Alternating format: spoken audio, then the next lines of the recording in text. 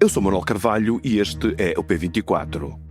A lei laboral continua ainda muito longe do consenso. Uma greve geral, porquê? A greve é política. Não vem aí nenhuma revolução, não vai haver nenhuma perda daquilo que são os meus direitos e, portanto, vale a pena continuar a trabalhar e esta greve não faz sentido. Luís Montenegro, no debate quinzenal de 5 de dezembro do ano passado, dizia que a lei laboral era para continuar a trabalhar. A greve geral, contra a proposta do governo, não tinha ainda acontecido, o que justificava o otimismo do primeiro-ministro. A greve aconteceu e, apesar de o governo a ter considerado inexpressiva, deixou no ar a sensação de que uma ampla base dos trabalhadores contestavam as suas disposições. Pelo meio, a campanha eleitoral para a presidência da República apropriou-se do tema e deixou o candidato do governo, Luís Marques Mendes, na posição solitária e desconfortável de a defender.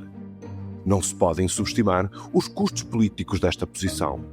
A lei laboral foi uma pedra no sapato da estratégia de Marques Mendes.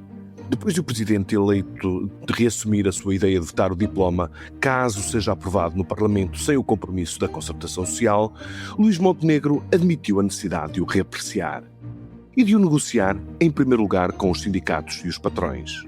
Mesmo que a Ministra do Trabalho, Maria Rosário Palma Ramalho, insista em manter as suas traves mestras, criou-se a expectativa no país de que a negociação e um acordo eram possíveis.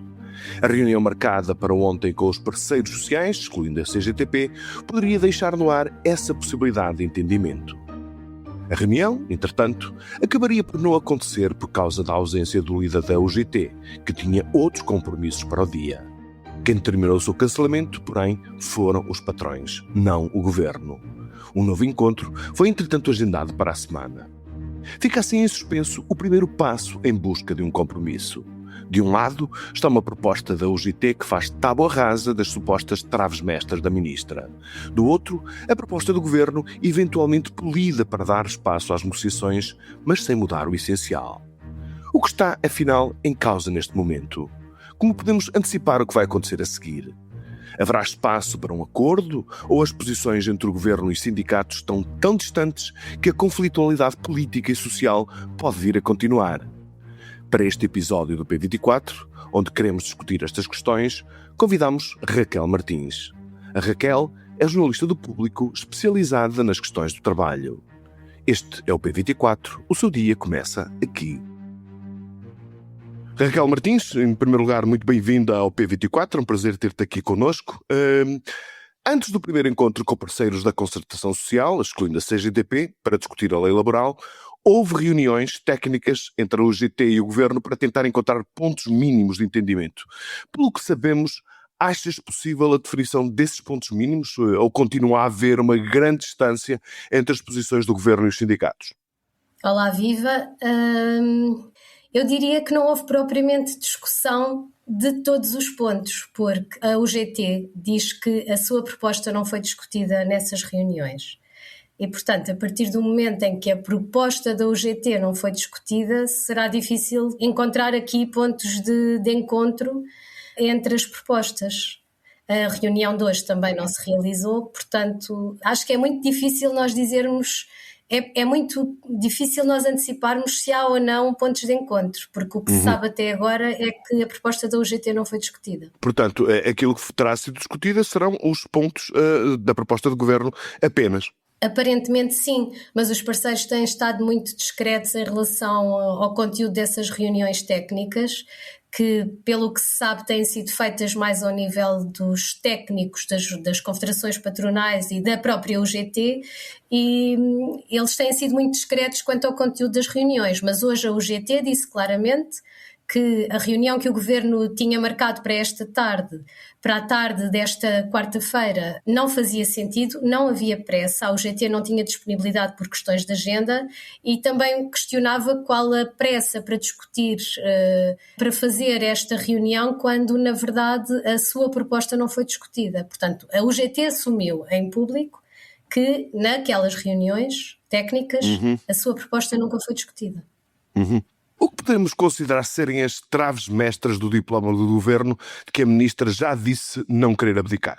A Ministra foi deixando, pelas suas intervenções, quer no Parlamento, quer públicas, quer em conferências, a Ministra foi deixando, nunca disse exatamente quais eram as suas traves mestras, mas na verdade ela sempre que foi convidada a falar sobre esse assunto, quase que transversalmente abordava sempre os mesmos assuntos. Os contratos a prazo, e aqui há duas alterações relevantes. Por um lado, a duração máxima dos contratos a prazo aumenta de 2 para 3 anos e, por outro lado, alteram-se os motivos para contratar a prazo. Na prática, é possível contratar a prazo uma pessoa sem qualquer outro motivo a não ser nunca ter tido um contrato permanente. E isso é uma medida que a UGT não aceita. Outra das traves mestras é a questão do outsourcing, da possibilidade das empresas, após um despedimento, externalizarem os serviços que foram alvo dessa reestruturação de pessoal. A questão do banco de horas individual, que é a possibilidade de se fazer mais 150 horas por ano através de um banco de horas, sem que estas horas sejam pagas como trabalho extra. Finalmente, a questão da reintegração de um trabalhador que tenha sido despedido de forma ilícita. Agora, isso só pode, a empresa neste momento só se pode opor à reintegração do trabalhador se for uma microempresa, porque se considera que nas empresas tão pequenas o regresso de um trabalhador que tenha sido despedido ilicitamente pode causar um transtorno, até uma questão relacional dentro da própria pequena empresa. A intenção do Governo é alargar esta possibilidade do empregador dizer ao Tribunal que não quer o trabalhador de volta a qualquer tipo de empresa, independentemente da sua dimensão. Esta também tem sido uma questão referida pela Ministra, mas aqui também por algumas declarações dela se percebe que pode haver aqui alguma margem, mas não se percebe exatamente até onde. Genericamente são as grandes questões que merecem a contestação do Governo. Exatamente. Diz uma coisa, como é que se posicionam os patrões neste ping-pong? Estão mais perto do Governo, certo? Estão mais perto do Governo e eu relembro só uma entrevista que nós fizemos no Público ao Presidente da Confederação do Comércio e Serviços de Portugal, que disse claramente que, do ponto de vista das empresas, esta proposta não poderia ser melhor.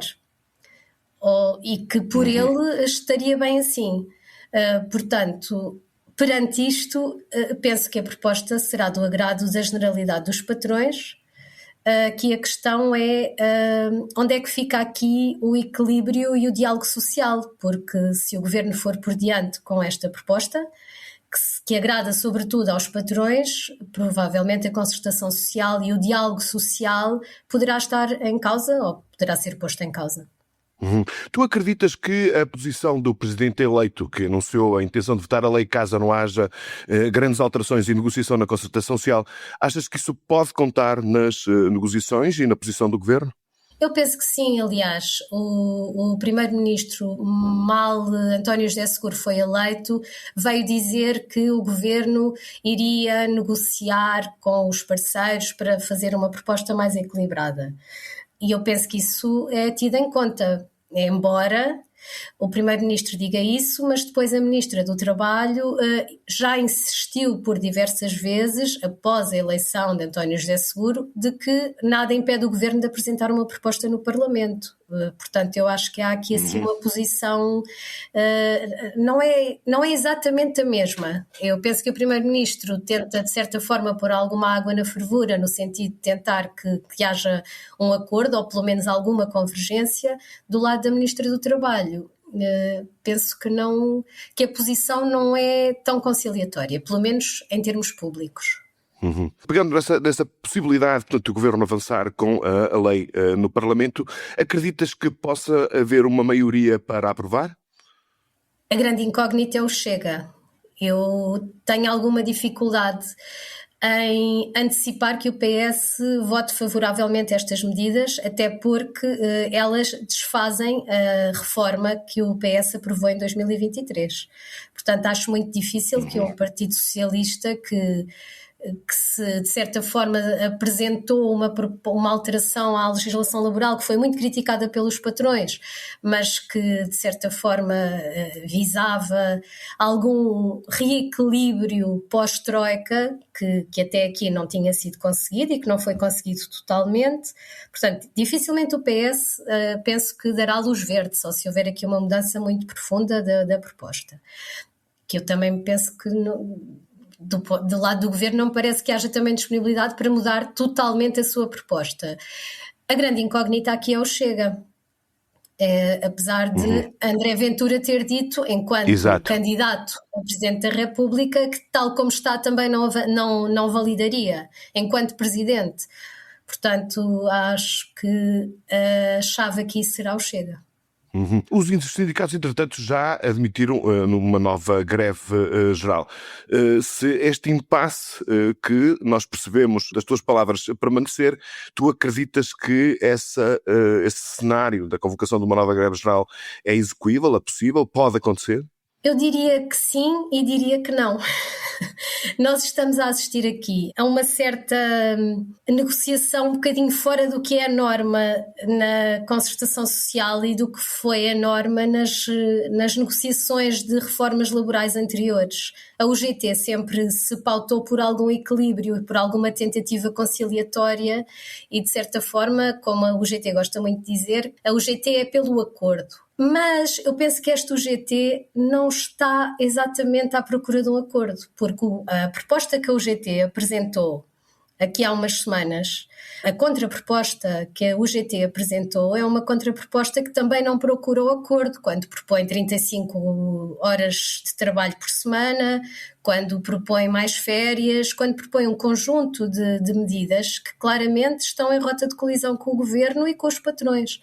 Portanto, esta é uma questão que a UGT não é propriamente a UGT de Carlos Silva ou de João Proença, é uma UGT que, na minha perspectiva, está mais próxima do que estamos habituados a ver na CGTP. E, portanto, olhando assim, diria que já se entenderam uma vez, poder-se-ão entender novamente as duas confederações sindicais para uma nova greve geral. Aqui a grande questão é perceber se dentro da UGT como é que estes equilíbrios se fazem, porque a UGT tem uma tendência social-democrata e, portanto, que também tem a sua força e é neste equilíbrio que as coisas podem, de certa forma, mudar. Agora, eu penso que a UGT, neste momento, por aquilo que se conhece, tem uma posição que eu diria que não seria de admirar que houvesse uma greve geral juntamente com a CGTP. Muito bem, Raquel Martins, vamos esperar até a próxima semana para ver se dessa reunião, agora já com a presença da liderança da UGT, podem sair alguns sinais que nos permitam ter mais informação para antecipar o que vamos ter a seguir. Raquel Martins, jornalista do Público, foi um prazer ter-te aqui connosco. Muito obrigado e até uma próxima. Muito obrigada.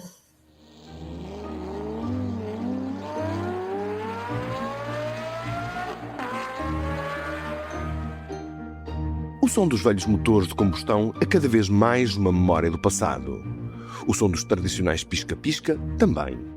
No interior dos automóveis das novas gerações, são cada vez mais raros os botões, as manetes, para não falar nos interruptores, e cada vez mais frequentes os ecrãs táteis onde tudo se resolve com um toque. Mas esta modernidade visualmente faustosa é pouco segura.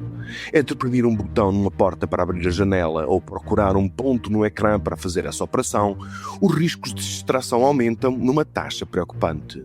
É por isso que o Ministério da Indústria e das Tecnologias de Informação da China vai obrigar os construtores automóveis a regressar ao passado. Funções como piscas, vidros elétricos, a ativação dos sistemas avançados de assistência à condução e outros controles essenciais terão de ser operáveis através de botões físicos. O velho mundo industrial lá vai resistindo. O P24 regressa amanhã. Tenha um excelente dia.